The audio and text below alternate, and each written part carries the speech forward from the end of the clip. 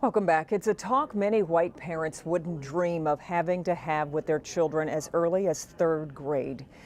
But having the talk about race with an 8-year-old is a reality for black parents and sometimes younger, and it has been for generations. But in order for all of our lives to matter, race shouldn't be something that only black parents are discussing with their children. Here's more of my conversation from 3 mothers sharing their thoughts and experiences. I've had a number of my white friends to reach out to me with all good intent to say, you know, how are you doing and what can I do? And I've really been trying to think, you know, what can they do? I can tell you exactly what you can tell. What can they do? One is they can acknowledge it's happening even though they don't see it.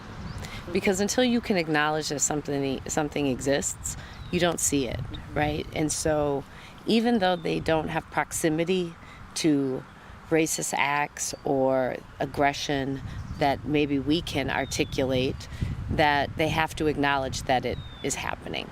Then they have to say something. They have to stand up. It is no longer okay to say I'm not racist, but not stand up to racism.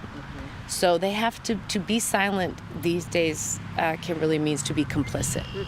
If you're not ready to stand up against poor language, poor behavior, bad influence, you're not ready to do the work that's going to make our country better. And the way that we can help our young people or brown moms or brown dads talk about it to their maybe white counterparts is saying, hey, this is my reality.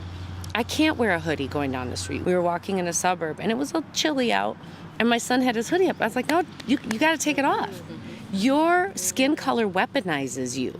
And I hate to have to tell him that at 12 years old, but I said that's how it is. It's not just the clothes. For these mothers, even something as innocent as a bike ride makes them scared for their kids' lives. Prime example, he had a good friend he's had for years, ask him if he can go bike riding around town. That's something normal. That's something I should be able to say, sure, honey, you're 14, go for it. I hesitated. And I said, you know, maybe not.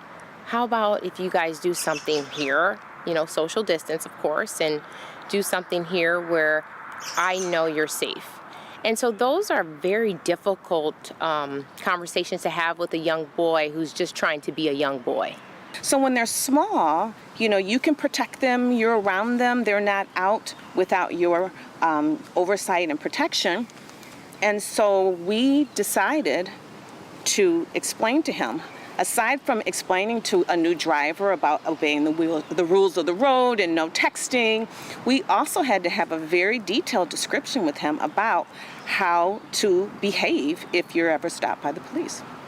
We instructed him, number one, before he went out to drive, you always put your registration and your proof of insurance over your visor. Nothing in the glove compartment. We don't want you going anywhere near the glove compartment.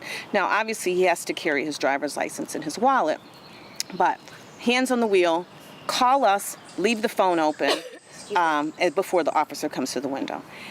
And you know, I don't think white parents, and actually people who I've talked to and friends of mine, I don't think they've had to have those same discussions with their sons because we want them to come home alive.